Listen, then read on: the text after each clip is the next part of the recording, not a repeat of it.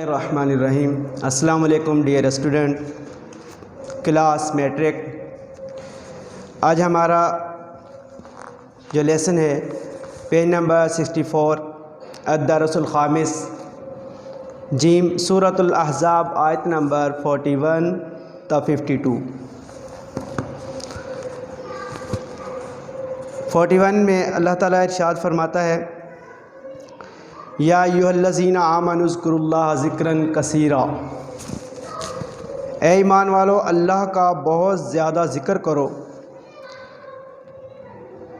اس آیت میں ایمان والوں کو کثرت کے ساتھ اللہ کا ذکر کرنے کی تعلیم دی گئی ہے۔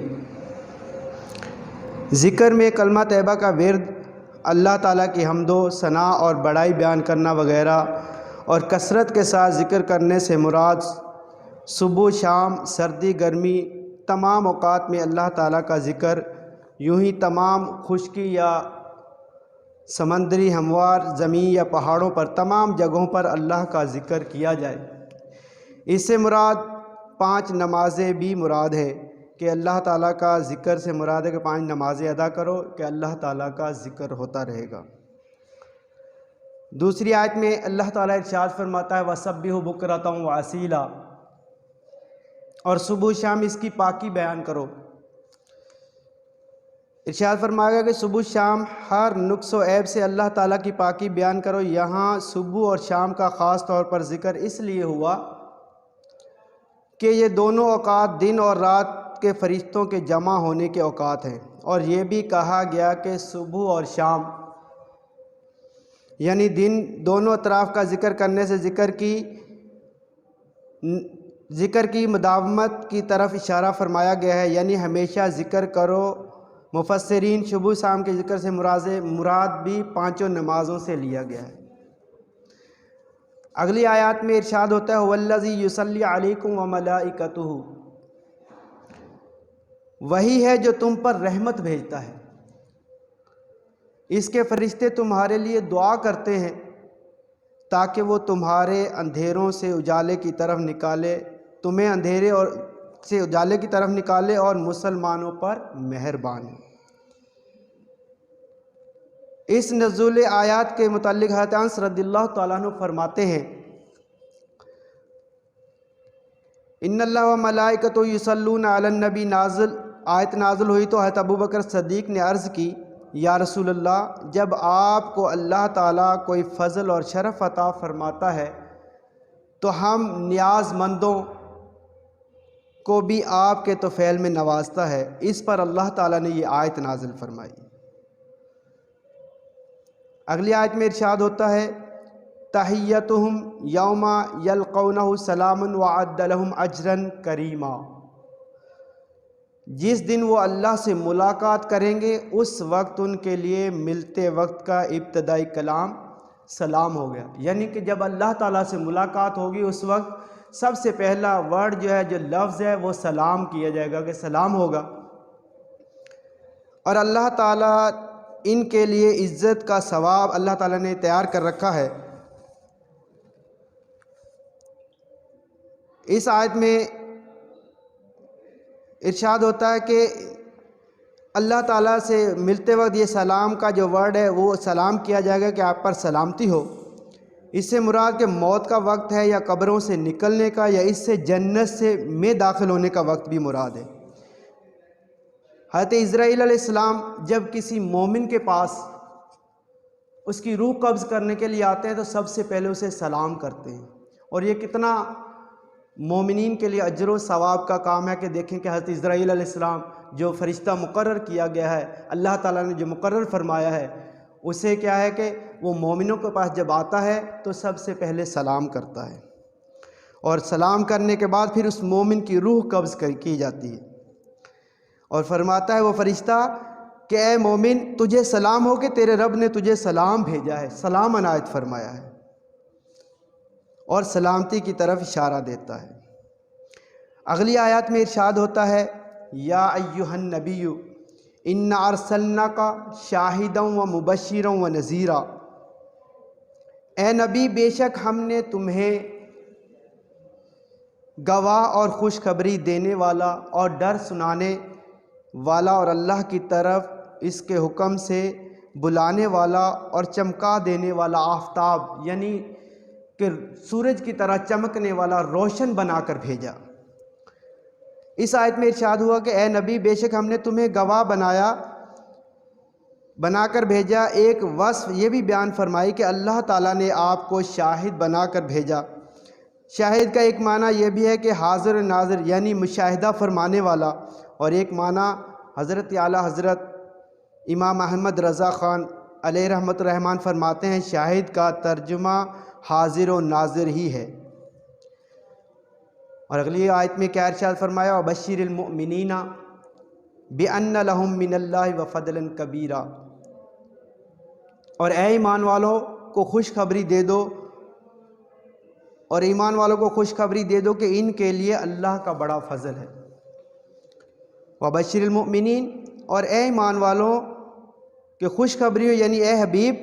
جب آپ میں ایسے عظیم اوصاف پائے جاتے ہیں تو آپ ایمان والوں کو یہ خوشخبری دے دیں کہ ان کے لیے اللہ تعالیٰ کا بڑا فضل ہے۔ بڑے فضل سے مراد جنت ہے، یا اس سے یہ بھی مراد ہے کہ نبی کریم صلی اللہ علیہ وسلم کی امت کے ایمان والوں کا رتبہ اور شرف دیگر امتوں سے افضل ہے،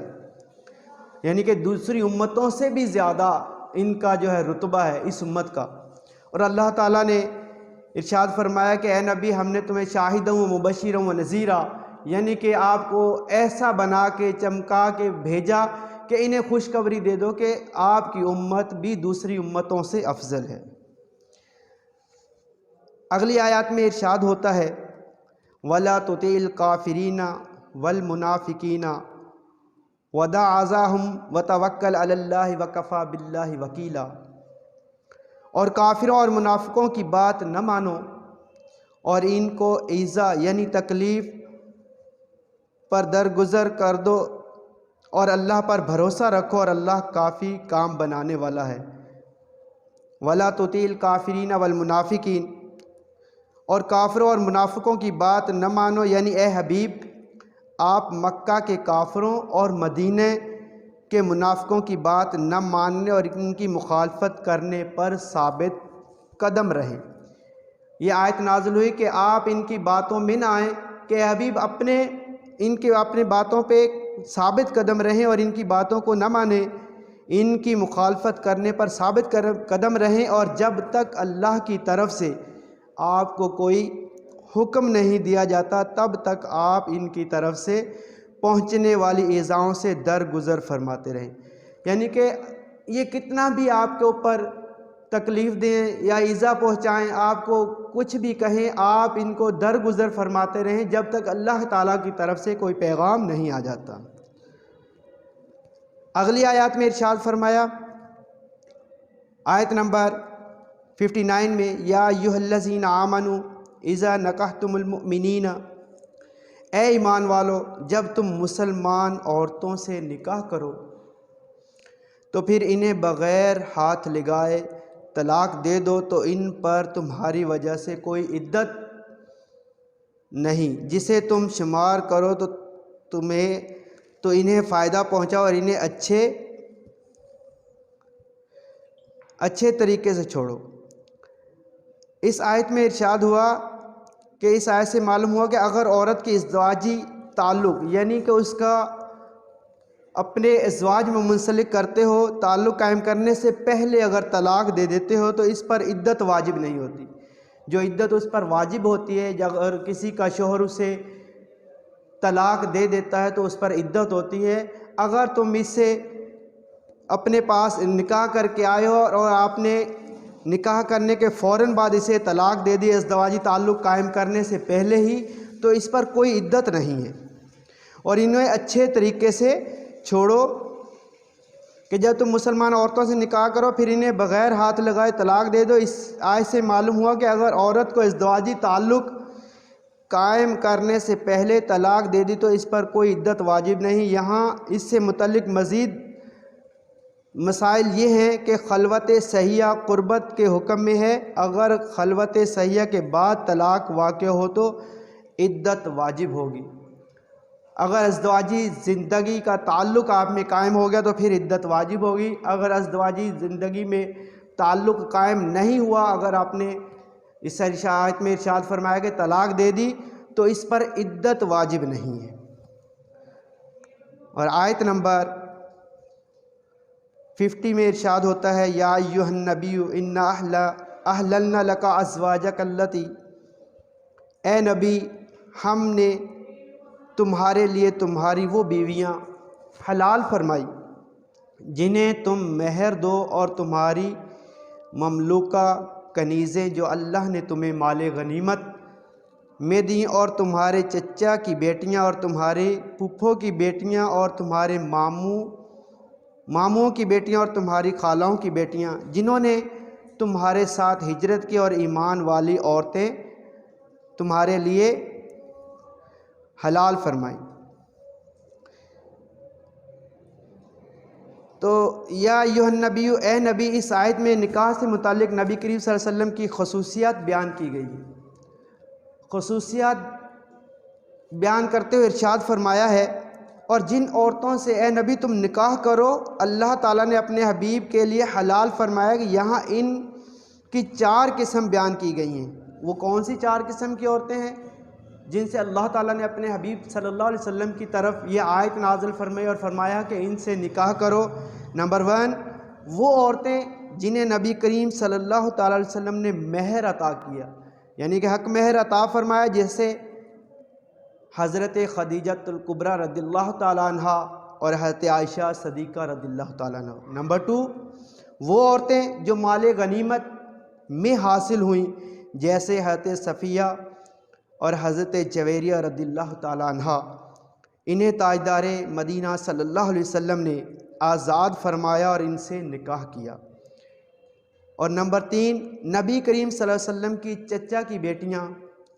پھپھو کی بیٹیاں، ماموں کی بیٹیاں اور خالاؤں کی بیٹیاں مراد ہیں جنہوں نے حضور صلی اللہ علیہ وسلم کے ساتھ مکے سے مدینے ہجرت فرمائی. اور ہجرت کرنے سے مراد ہے کہ ہجرت کرنے میں حضور صلی اللہ علیہ وسلم کی پیروی اختیار کی، ان کی باتوں کو مانا، ان کے ساتھ گئی اور ہجرت فرمائی اور ان کے ساتھ نکاح کیا.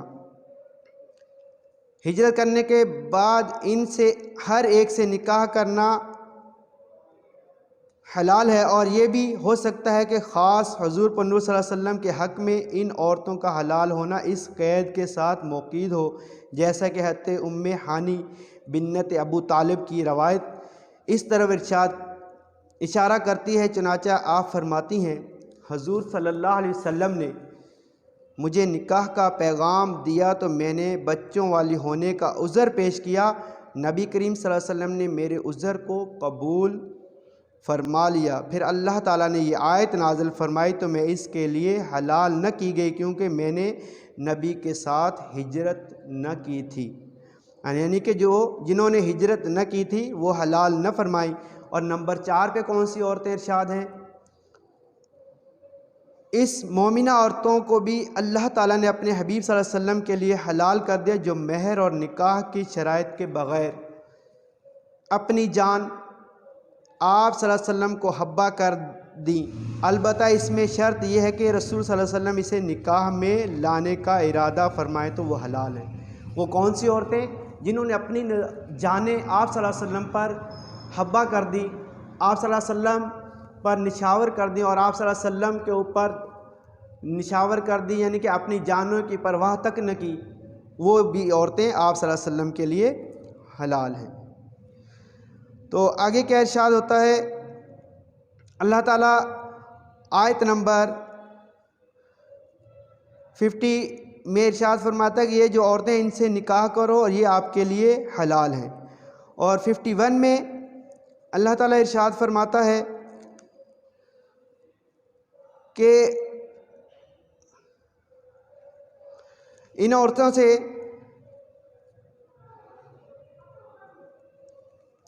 میں ارشاد فرمایا ترجی من تشاء منہن وتؤوی الیک من تشاء ومن یبتغیت، ان میں سے جسے چاہو پیچھے ہٹاؤ اور ان میں سے جسے چاہو اپنے پاس جگہ دو. اور جنہیں تم علیحدہ کر دیا ان میں سے جسے تمہارا جی چاہے اپنے قریب کر لو۔ اس سے کیا مراد ہے؟ جب یہ آیت نازل ہوئی ترجی من تشاء منہن، ان میں سے جسے چاہو پیچھے ہٹاؤ، اس سے پہلی آیات میں ان عورتوں کا بیان ہوا جن سے نکاح کرنا اللہ تعالیٰ نے اپنے حبیب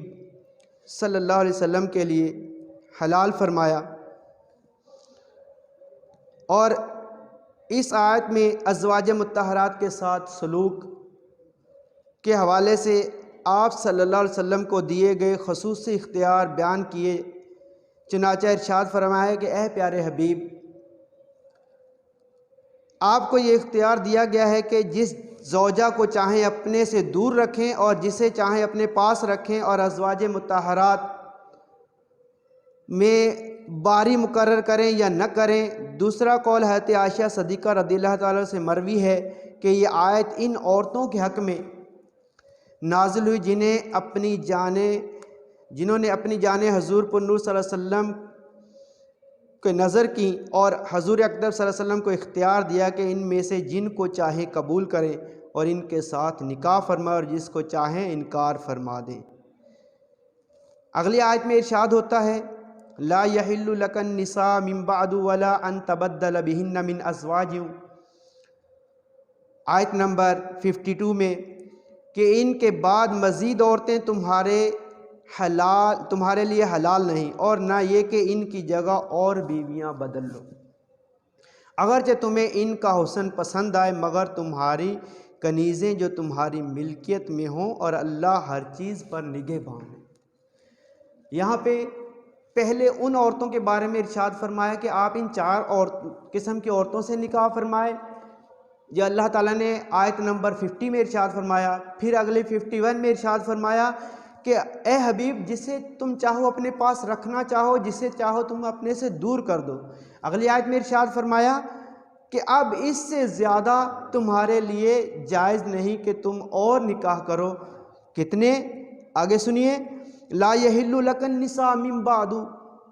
ان کے بعد عورتیں تمہارے لیے حلال نہیں، یعنی اے حبیب آپ کے نکاح میں موجود ان 9 ازواج مطہرات، جب آپ صلی اللہ علیہ وسلم نے ان 9 سے نکاح فرمایا تو یہ آیت نازل ہوئی، اور آیت نازل ہوئی کہ اے حبیب اس کے بعد تمہارے لیے یہ جائز نہیں کہ تم اور سے نکاح فرماؤ، چاہے وہ آپ کی کنیزیں ہی کیوں نہ ہوں، چاہے وہ آپ کے غلام ہی کیوں نہ ہوں، ان سے بھی نکاح نہیں کرنا جائز نہیں، چاہے ان میں سے یہ بھی نہیں کہ ان کو چھوڑ کر اور نکاح کر لو۔ آگے ارشاد ہوتا ہے کہ ان میں اللہ تعالیٰ اور رسول اکرم صلی اللہ علیہ وسلم کو اختیار کیا کہ مزید عورتیں آپ کے لیے حلال نہیں، اور نہ یہ حلال ہیں کہ انہیں طلاق دے کر ان کی جگہ دوسری عورتوں سے نکاح کر لیں۔ ان ازواج مطہرات کی یہ عزت افزائی اس لیے ہے کہ جب حضور صلی اللہ علیہ وسلم نے انہیں اختیار دیا تھا تو انہوں نے اللہ تعالیٰ اور رسول کریم صلی اللہ علیہ وسلم کو اختیار کیا اور دنیا کی آسائشوں کو ٹھکرا دیا۔ یہاں پہ کیا خوبصورت ارشاد ہے کہ جب اللہ اور اس کے رسول نے یہ عزت افزائی کی، انہیں اختیار دیا کہ آپ جس سے چاہے نکاح کر سکتی ہیں، تو انہوں نے اللہ کے رسول حضرت محمد مصطفیٰ صلی اللہ علیہ وسلم کو اپنا جانشیں مانا، اور اپنی جان ان کے سپرد کر دی، اور سب کچھ دنیا کی آسائشوں کو ٹھکرا دیا، کہ اب ان کی عزت و افزائی کے لیے یہ آیت نازل ہوئی کہ اب اس سے زیادہ یہ نہیں کہ اب ان میں سے کسی کو چھوڑ کے دوسرے سے نکاح کر لو، اب تمہارے لیے یہی حلال ہیں، اس سے علاوہ اور نہیں۔ اور اسی پر اکتفا کریں، اور عمر مبارک کے آخر تک یہی ازواج، یعنی کہ جتنی ازواج مطہرات تھی، یہی ازواج حضور پر نور صلی اللہ علیہ وسلم کی خدمت میں رہی، یعنی کہ جیسے آپ صلی اللہ علیہ وسلم نے ان سے 9 سے جب نکاح فرمایا تو آخری ایام تک، دنیا سے رخصت ہوتے تک بھی یہی ازواج مطہرات آپ صلی اللہ علیہ وسلم کی خدمت میں رہی۔ حضرت ام سلمہ سے مروی ہے کہ آخر میں حضور انور صلی اللہ علیہ وسلم کے لیے حلال کر دیا گیا تھا کہ جتنی عورتوں سے چاہے نکاح فرمائے۔ اس صورت میں یہ آیت منسوخ ہوئی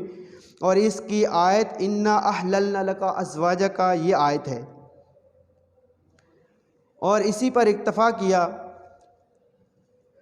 اس کے بعد حضرت ماریہ قطبیہ رضی اللہ تعالیٰ عنہ حضور اکرم صلی اللہ علیہ وسلم کے ملک میں آئیں، اور ان میں سے حضور انور صلی اللہ علیہ وسلم کے فرزند حضرت ابراہیم رضی اللہ تعالیٰ عنہ پیدا ہوئے، جنہوں نے چھوٹی عمر میں وفات پائی۔